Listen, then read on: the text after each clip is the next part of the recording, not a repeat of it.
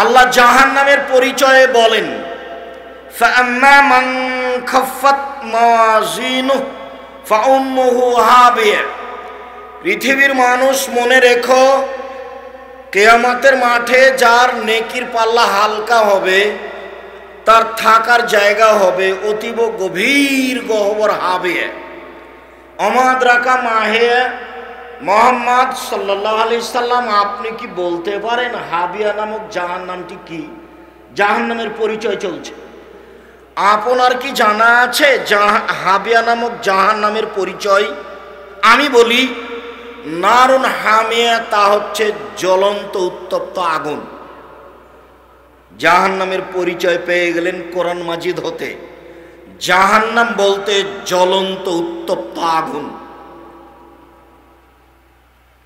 মহান আল্লাহ বলেন, কাল্লা লা ইউমবাদান্না ফিল হুতামা, কখনো নহে, অবশ্যই অবশ্যই তাকে চূর্ণ বিচূর্ণকারী হোতামা নামক জাহান্নামে নিক্ষেপ করা হবে।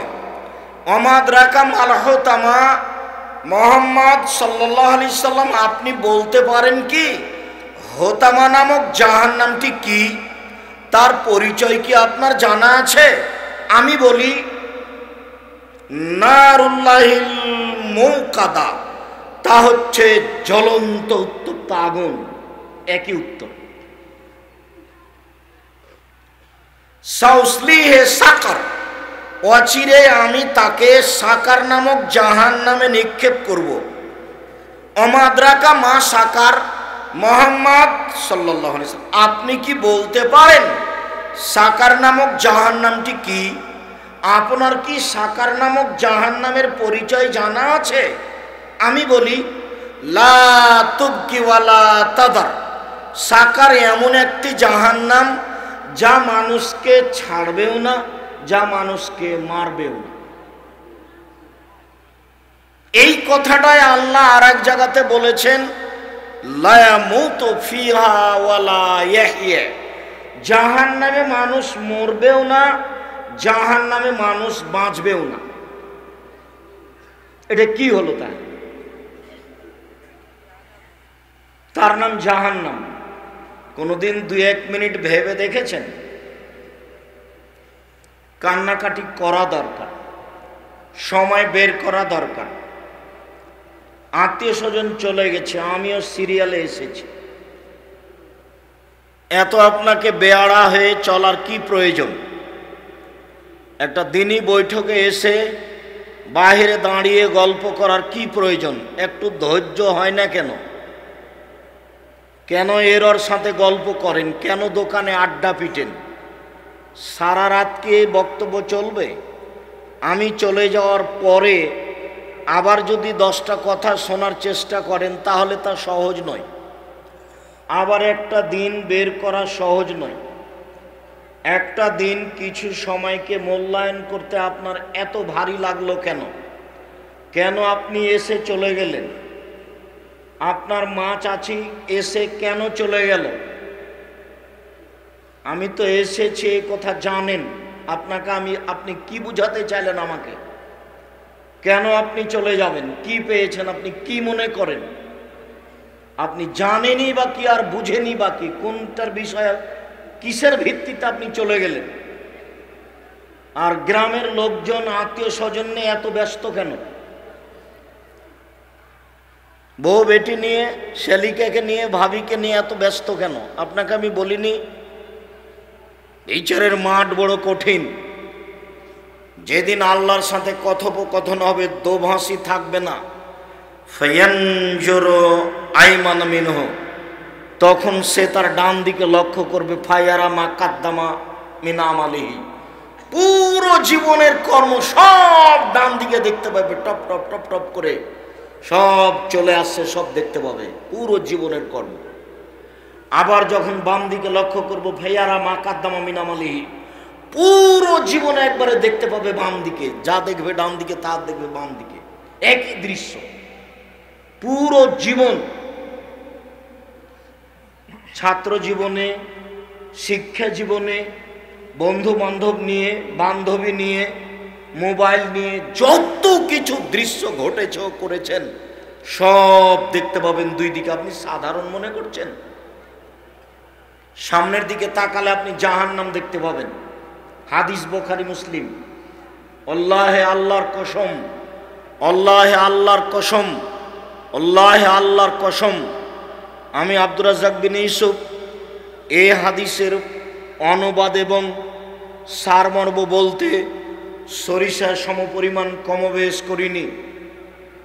আল্লাহর কসম, আল্লাহে আল্লাহর কসম, আল্লাহে আল্লাহর কসম। হাদিস বুখারী মুসলিম, যা আল্লাহর নবী বলেছেন আমি সেটুকু বলতে আপনার সামনে সরিষা সমপরিমাণ কমবেশ করিনি, তবে আমি মানুষ।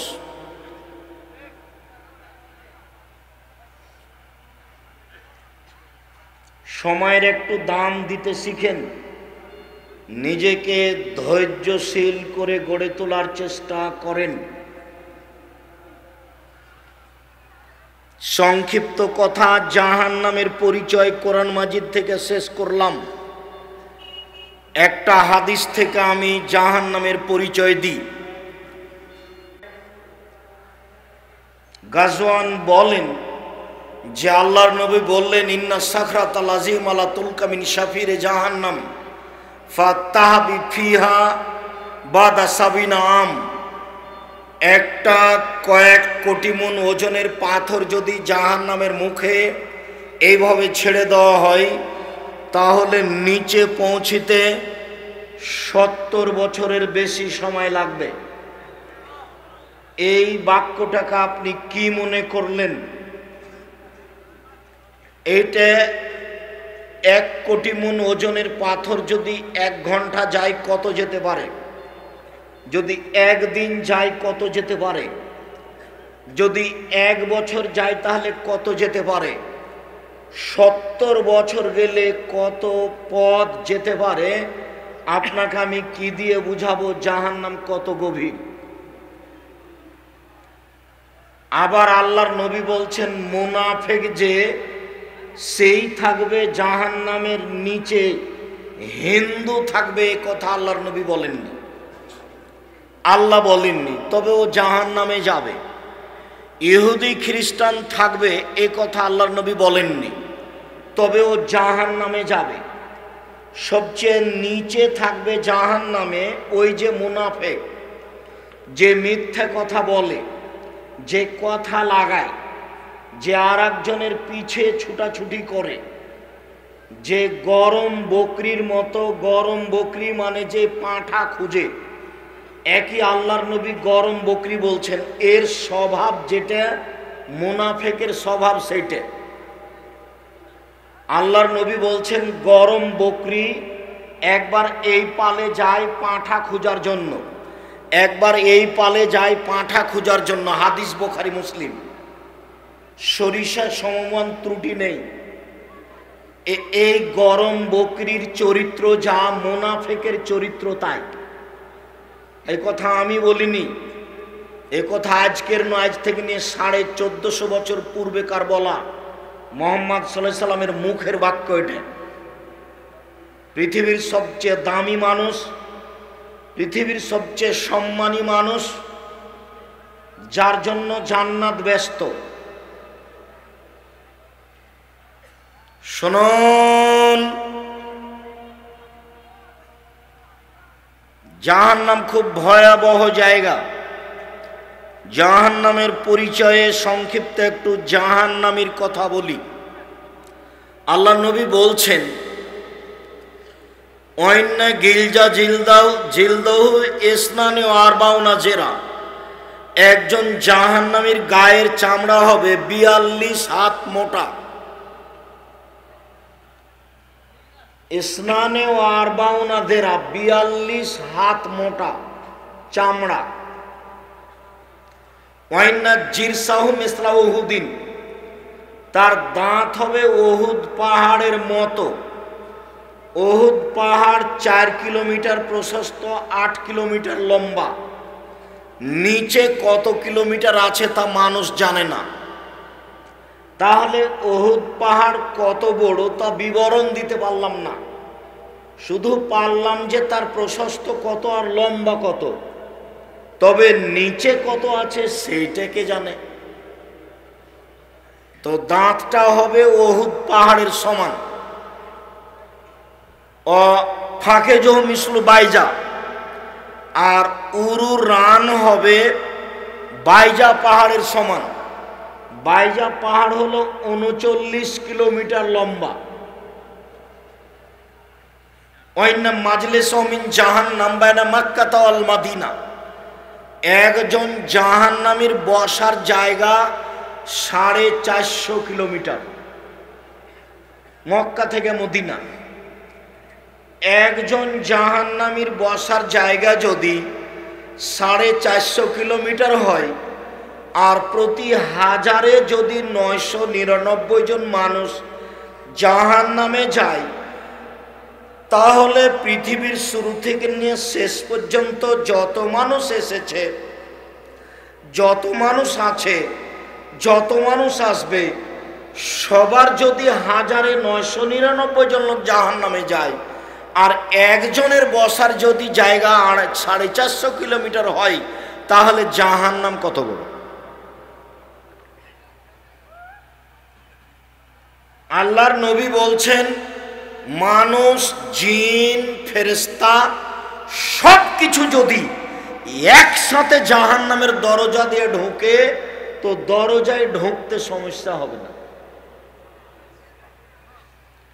বিচারের মাঠে জাহান্নাম থাকবে, জান্নাত থাকবে, আল্লাহ থাকবেন, ফেরেশতা থাকবেন, মানুষ থাকবে, জিন থাকবে, পশু প্রাণী থাকবে, সব কিছু থাকবে।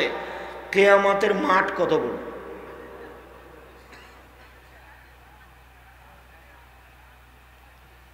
দুই এক মিনিট তো একটু কাজের ফাঁকে চিন্তা করতে হবে, তো করা উচিত। এমন কোন নামাজ, সালাত আল্লাহর নবী আদায় করেননি যেই সালাতের শেষে তিনি বলেননি সালাম ফেরার পূর্বে কথা কবুল হয় বেশি। সালাম ফেরার পূর্বে, সালাম ফেরার পূর্বে দুআয়ে মাসুরার দুইটা অংশ, একটা হলো আল্লাহুম্মা ইন্নী যালামতু নাফসি ফাগফিরলি, আর একটা হলো আল্লাহুম্মা ইন্নী আউযু বিকা মিন আযাবে জাহান্নাম। একবারে এই বাক্য দিয়ে শুরু, আল্লাহ তোমার কাছে আমি জাহান্নামের শাস্তি থেকে বাঁচতে চাচ্ছি। আউযু বিকা মিন আযাবিল কবর, আল্লাহ তোমার কাছে আমি কবরের শাস্তি থেকে বাঁচতে চাচ্ছি। আউযু বিকা মিন ফিতনাতিল মাসিহ দাজ্জাল, তোমার কাছে আমি দাজ্জালের বিপদ থেকে বাঁচতে চাচ্ছি। আউযু বিকা মিন ফিতনাতিল মাহি ওয়াল মামাত, ইহকালের বিপদ, পরকালের বিপদ, ইহকালের বিপদ, পরকালের বিপদ হতে তোমার কাছে আমি বাঁচতে চাচ্ছি।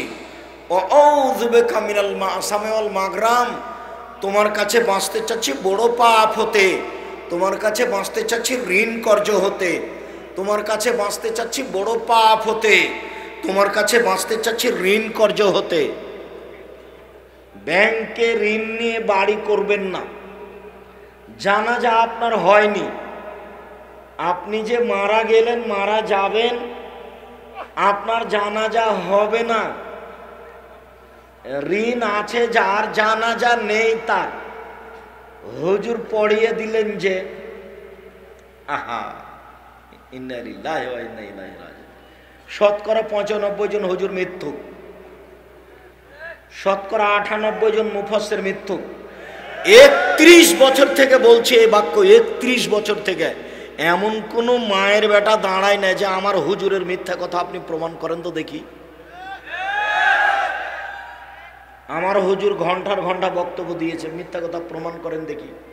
আপনি খালি বললেই বিপদে পড়ে যাবেন, বলা দেরি হবে না, কত দাঁড়াবে। এই বৈঠক আপনাকে আমি কতবার দেখিয়েছি। কোরআন মাজিদের গায়ে যারা মিথ্যা কথা লিখে দিতে পারে তাদের কাছে ধর্ম বিকৃত করা কঠিন। কোরআন মাজিদের গায়ে যারা মিথ্যা কথা লিখে দিতে পারে, দোয়া ও খাতমিল কোরআন ৩১ বছর থেকে বলছে দোয়া নবীর বলা, এটা প্রমাণ হয়ে গেলে আমার জীবনে আমি কোনোদিন বক্তব্য আর দেব না। এক দুদিন থেকে বলিনি, 31 বছর থেকে বলছি। এই পৃষ্ঠাটা একটা ছোট্ট করে দেওয়া আছে, দোয়া ও খাতমিল কোরআন। যে লিখেছে সেও জানে না, যে সহযোগিতা করেছে সেও জানে না, যে সম্পাদনা করেছে সেও জানে না। এটা হলো সাদ্দাদের বাড়ির মতো, সাদ্দাদের জান্নাত। মানে সাদ্দাদের জান্নাত এটা কল্পনা, পরিকল্পনা। ঘুমের ঘরে ও আকাশে লন্ডনে চলে গেছে, লন্ডন থেকে ঘুরে এসে ঘুম ভেঙে গেছে। এটা হলো সাদ্দাদের কাহিনী।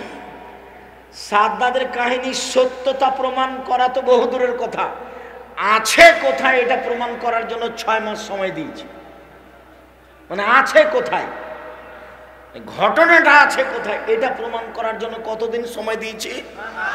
6 মাস। কেউ বলে না যে এখানে আছে, সত্যটা মিথ্যাটা পরে। এইভাবেই চলছে। শুনুন সম্মানিত দিনী ভাই বোন, জাহান্নামের পরিচয় সংক্ষিপ্তভাবে পেশ করলাম। জাহান্নামকে বিচারের মাঠে টেনে হেঁচড়ে নিয়ে যাওয়া হবে। আল্লাহ বলছেন ওয়াজিয়া ইয়াউমা ইযিন বিজাহান্নাম, জাহান্নামকে টেনে হেঁচড়ে বিচারের মাঠে নিয়ে যাওয়া হবে। তাহলে কোথাও রেডি আছে, প্রস্তুত আছে জাহান্নাম। মাটির নিচে থাক আর আকাশে থাক, যেখানে থাক, মাটির নিচে আছে এ কথাই ঠিক। হেঁচড়ে টেনে নিয়ে যাওয়া হবে বিচারের মাঠে। আনাস রাদিয়াল্লাহু তাআলা আনহু বলেন, রাসূল সাল্লাল্লাহু আলাইহি ওয়াসাল্লাম বলেছেন, ইজা ইয়াউমুল কিয়ামা বিজাহান্নাম, বিচারের মাঠে জাহান্নামকে টেনে নিয়ে যাওয়া হবে। আলাহা সাবুন আলফা জেমাম, জাহান্নামের গায়ে 70,000 লোহার রশি থাকবে। মা কুল্লে জেমামিন সাবুন আলফ, আর প্রত্যেক রশির সাথে 70,000 ফেরেশতা থাকবে। তাহলে রশি থাকবে 70,000, আর এক একটা রশিতে ফেরেশতা থাকবেন 70,000। তাহলে কত হাজার ফেরেশতা হলো? সম্মানিত দিনী ভাই বোন, ফেরেশতা টেনে নিয়ে যাবেন জাহান্নামকে বিচারের মাঠে। জাহান্নাম কথা বলতে পারে, অবাক। এটাই অবাক যে জাহান্নাম কথা বলতে পারে। এইদিকে এই ছেলে, তাহাজ্জুদের জান্নাত ওয়ান নার, জাহান্নাম এবং জান্নাত বিচারের মাঠে আল্লাহর সাথে ঝগড়া লাগিয়ে দিবে। এই দেখেন জাহান্নামের ঝগড়া, জাহান্নাম বিচারের মাঠে তর্ক লাগিয়ে দিবে। জাহান্নাম কথা বলতে পারে, বলবে উসিরতু বিল মুতাকাব্বিরিন ওয়াল মুতাজাব্বিরিন, আমার ভিতরে স্বৈরাচারী, স্বেচ্ছাচারী, অহংকারী, বদমেজাজি কেন? এইটা হলো তার তর্কের কথা আল্লাহর সাথে। আল্লাহ, আমার ভিতরে স্বৈরাচারী, স্বেচ্ছাচারী, অহংকারী, বদমেজাজি কেন? তখন আল্লাহ বলবেন, ইন্নামা আনতি গাজাবি, ইন্নামা আনতি আজাবি। এই জাহান্নাম, তুই আমার রাগ, তুই আমার ক্রোধ, তুই আমার শাস্তি। ওয়াদেবে বেকমান আশমিন এবাদি, তোকে দিয়ে শাস্তি দিব আমার বান্দার যাকে ইচ্ছে, তোকে দিয়ে শাস্তি দিব আমার বান্দার যাকে ইচ্ছে, তোকে দিয়ে শাস্তি দিব আমার বান্দার যাকে ইচ্ছে।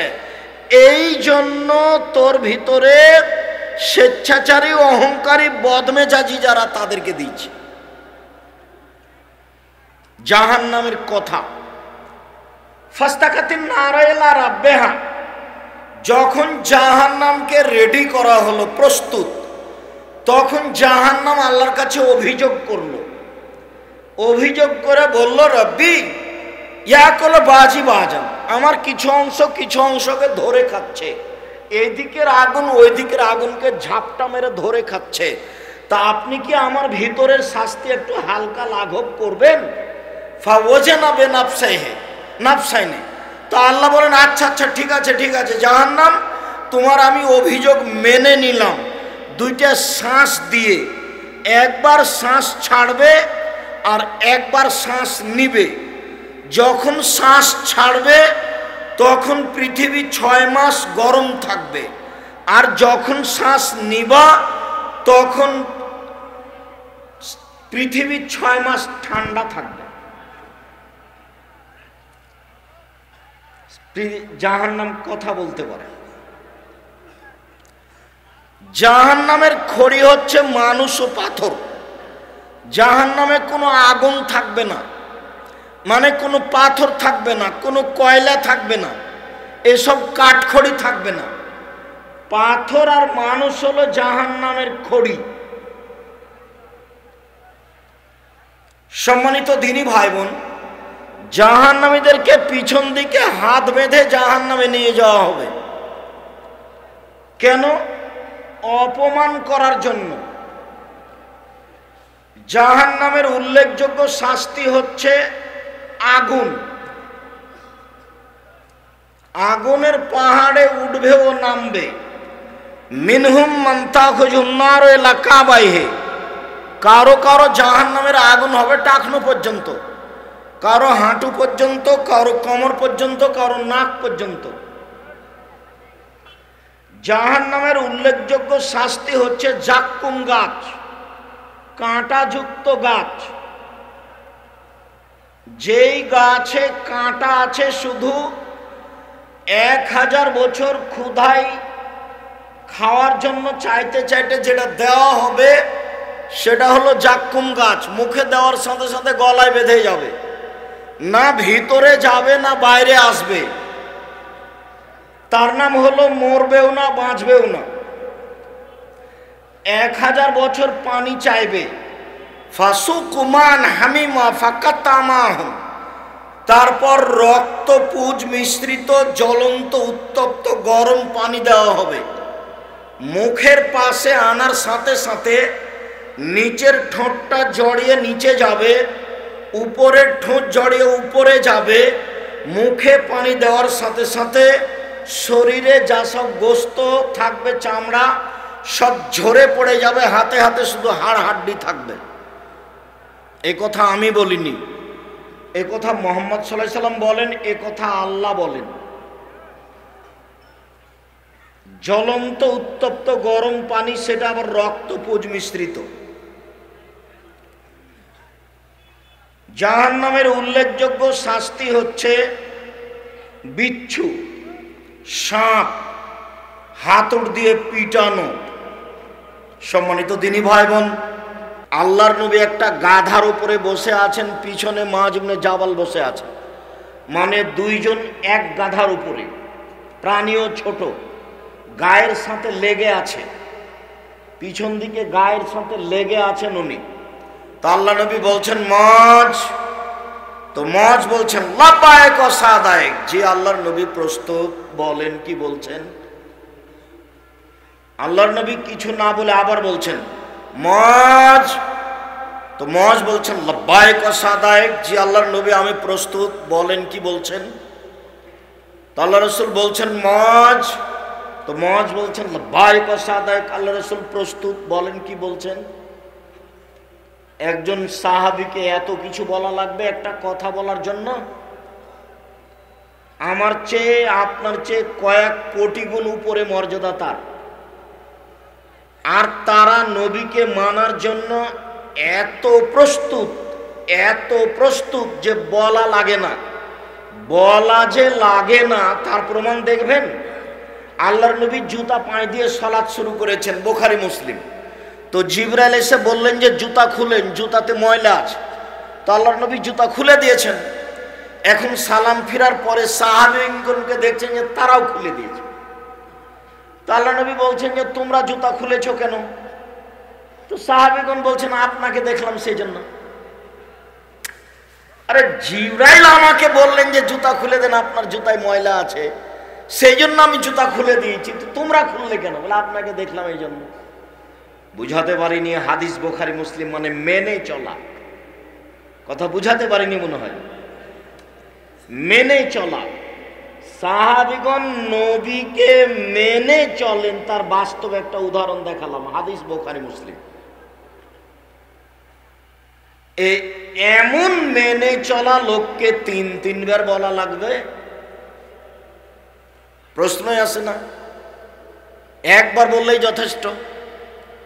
তারপরেও আল্লাহর নবী জায়গা বিশেষে এমন বলেছেন, যেমন 23 বছর জীবনে কোনো একদিন কোনো এক ওয়াক্ত সালাত সাহাবীর দিকে মুখ না করে কাতার সোজা করুন, প্রাচীরের মতো হয়ে দাঁড়ান, ফাঁকা বন্ধ করুন। ওই যে দেখছি শয়তান দুইজনের ফাঁকা দিয়ে ঢুকছে ছাগলের বাচ্চার মতো।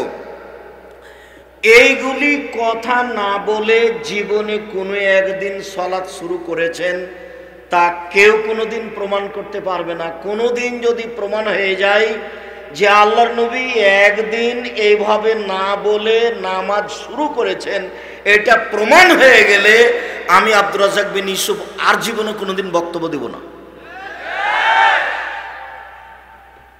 এই বাক্যটা কি নিয়ে যেতে পারবেন? কি বললাম আমি?